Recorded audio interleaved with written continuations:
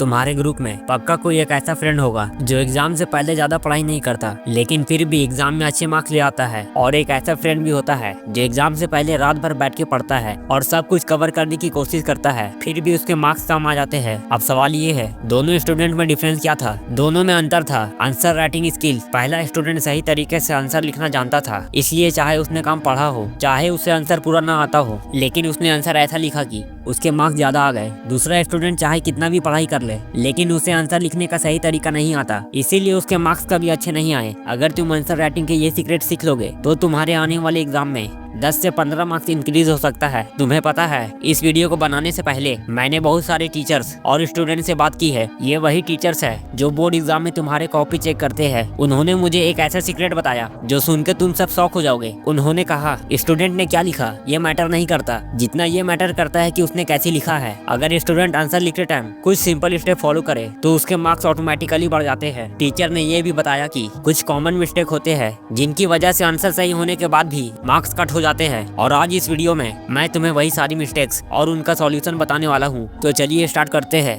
Mistake 1, bad writing. बहुत सारे teachers कहते हैं कि बैड हैंड राइटिंग एक बड़ी मिस्टेक है। कभी कभी हैंड राइटिंग की वजह से भी मार्क्स कट हो जाते हैं, लेकिन टीचर्स ने यह भी क्लियर किया अगर हैंड राइटिंग इतनी बुरी है कि पढ़ने लायक ना हो तभी मार्क्स कट हो जाते हैं, और अगर हैंड राइटिंग पढ़ने लायक हो तो ज्यादा प्रॉब्लम नहीं होता। लेकिन हैंड राइटिंग से भी ज्यादा एक चीज इंपॉर्टेंट है जिसका नाम है आंसर सीक्वेंस। टीचर्स कहते हैं स्टूडेंट किस ऑर्डर में आंसर लिखता है और ये बहुत मैटर करता है। एग्जाम्पल समझो, एक कॉपी में आंसर प्रॉपर ऑर्डर में लिखा गया है, आंसर 1, आंसर 2, आंसर 3, और बीच बीच में प्रॉपर स्पेस छोड़ा गया है। दूसरे कॉपी में आंसर ठीक है लेकिन आंसर का ऑर्डर गलत है और बीच में स्पेस भी कम है। ऐसे में दूसरे स्टूडेंट का मार्क्स कम आता है, फिर चाहे आंसर दोनों का सेम हो। इसीलिए आंसर हमेशा ऑर्डर में लिखो। अगर किसी क्वेश्चन का आंसर नहीं आता तो उसे लास्ट में अटेम्प्ट करो, बीच में मत घुसाओ। टीचर्स एक बात और कहते हैं, जितना जल्दी टीचर तुम्हारे कॉपी को चेक करेगा उतना ज्यादा मार्क्स आने के चांस होते हैं। Mistake 2, slow writing. बहुत से स्टूडेंट का राइटिंग स्पीड स्लो होता है, इस वजह से पेपर छूट जाता है। अब एक छोटा सा काम करो, कमेंट सेक्शन में जाओ और अपना नाम टाइप करो।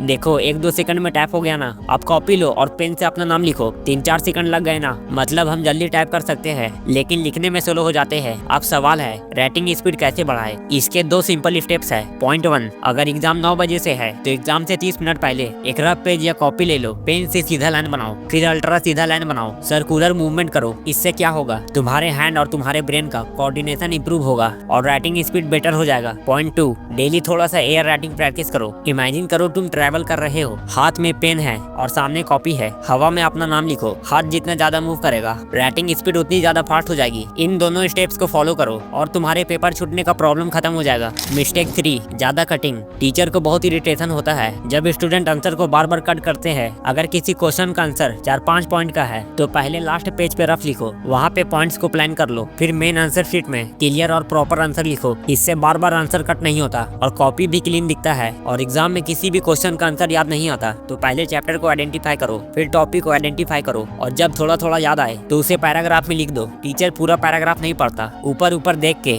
1-2 मार्क्स दे देता है, इसीलिए आंसर छोड़ के कभी भी मत आना। और कॉपी में इंपॉर्टेंट पॉइंट्स को पेंसिल से अंडरलाइन करो और शॉर्ट फॉर्म यूज मत करो। अगर गलती हो जाए तो पेंसिल से कट करो। ये सारी स्ट्रेटेजी बोर्ड एग्जाम में 100% काम करती है। अगर फॉलो कर लिया तो मार्क्स बढ़ना पक्का है। एग्जाम में अप्लाई करो। Best of luck. और हाँ, कमेंट में नाम लिखते टाइम कितना सेकंड लगा ये जरूर बताना। मिलते हैं नेक्स्ट वीडियो में। Thank you.